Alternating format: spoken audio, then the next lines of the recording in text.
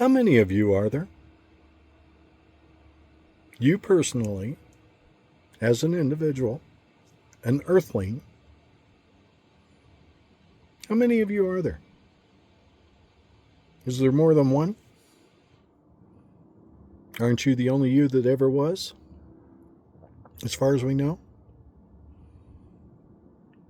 I mean, we can determine your body by DNA, right? Get a little cell of your body and take that DNA and check it out. And if you're in the records, there you go. We can pinpoint at you.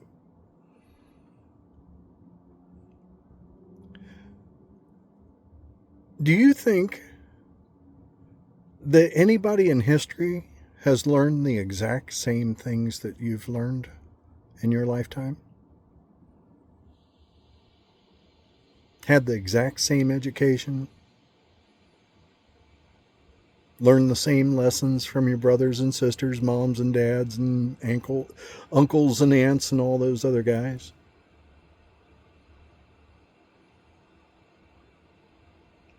Has anybody picked up the same education you have?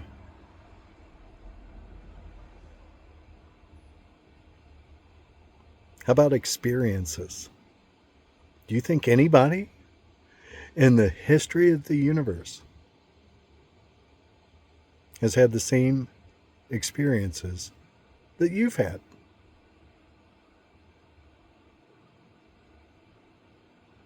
I would say no. You're the only one. You're the only you that's ever been. You are so immense that even you can't figure out how big you are. Because everything that you know about yourself is education. Except for when you're actually in your body in the present moment, living and experiencing the feeling, the touching, and the stuff, the different senses and stuff. But anything you can think about yourself is, well, that's education. It has nothing to do with who you are. It's a thought. Unless you believe it. Once you believe it, it becomes real. But until you believe it, or until you believe it, it's just make-believe.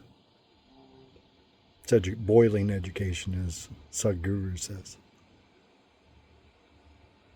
So, since you are the only you that this universe has ever seen, as far as we know, that means you are a one of a kind.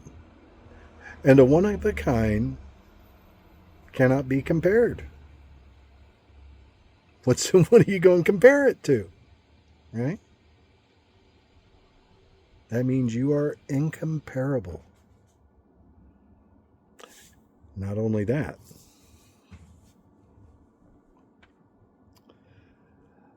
but that also means you are without flaw. Try that one on for size. It's true. At least in this respect. And I think this is the respect that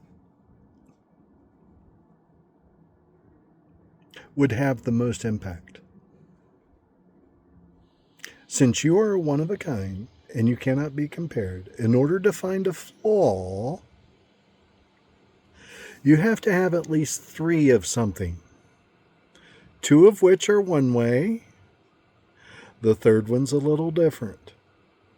So we can say, by comparison, that the third one has a flaw because it's not the same as the other 2. You tracking with me? Just makes sense?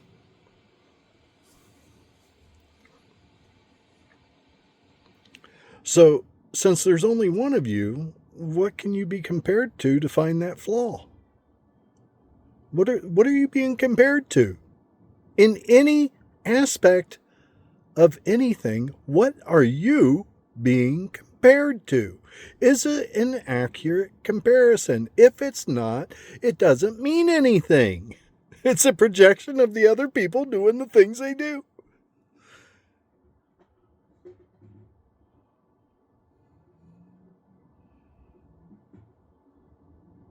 You are absolutely flawless. You have room to grow. You have room to change. You have room to mature. You have room to grow wise. But you don't have any flaws.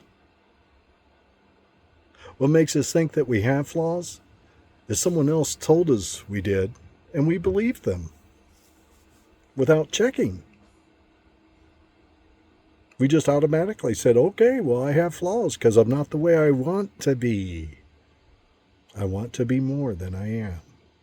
I want to be different. And so therefore I have a flaw because I'm not like what I think I ought to be. Have you ever stopped and just been yourself? Go ahead, give that one a shot. Now, what I mean by being yourself, if you're thinking about getting something from somebody or giving something to somebody or thinking about what's going on over there or what's going on back then, in the future or anything that you're not being yourself. None of that has anything to do with who you are. That's all just thoughts. Thoughts aren't real until you believe them. And why would you believe your thoughts? I mean, I used to, and now that I don't anymore, oh man, jeez, old Pete's, God, life was funny. Has anybody ever lied to you as often as your own frickin' thoughts? I mean, I don't know about you, but I remember back in the day, I don't have much to do with it right now, but back in the day, I used to, I'd think, ooh, that girl likes me. I'd find out a little while later she hates me. She was smiling at me just because she was being nice. My brain didn't say that. The time that really stood out for me that my brain was lying a lot was one day I pulled up in a parking lot of some store and I'm on my motorcycle, and there's a car between here and another car that they had just pulled up. I was probably in my 20s or 30s, I guess, something like that. Anyway, so this girl pulls up, and I just caught a glimpse of her. She seemed very pretty with long, dark hair. So I'm kind of piddling around on my motorcycle, taking my time to get off so I can get a better look at her, right? He gets out of the car, and it's a young black man with dreads. And it was like, what? Where'd this girl go? So I got up and I went over and looked. I looking around the car, trying to see if there's this girl that my brain said was there that was so pretty that I waited on my motorcycle to see her. And it turns out she wasn't there. My brain just lied to me and I believed it. So if you're believing that you have a flaw or that somebody else does, you're believing your thoughts. And that's what's making it real. It's not real on its own. On its own, it's just boiling education. It's just words that flitter around each other, and every now and then they connect. That's one of the reasons why they call it the drunken monkey mind. By the way, if you have one of those minds, they're going like a little hamster in the wheel, going so fast that you can see the smoke coming off its feet. Yeah, that's normal. That's an untrained mind. That's for another video. This is enough for now. Oh, I want to also point out that when I share these things, what you think about is none of my business. I mean, you're welcome to comment and like and whatever the things that you do. It doesn't matter to me. If it helps, cool. If it doesn't, well, oh well, move on. But a spiritual path, a successful spiritual path, in my opinion, is one that answers the big questions for you. It doesn't matter if it's real, as in this hat is real. Wait a minute, is it really? It's atoms, and the atoms have this. Oh, sorry. We can take it down to the quantum field. So,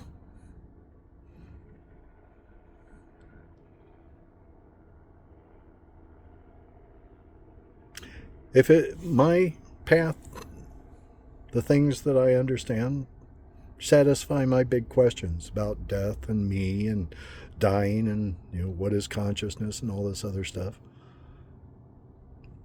they answer my questions. So I don't care if it's somebody else's truth or not. But if you happen to connect, if it helps you in some way, that's pretty cool too. Anyway, ciao.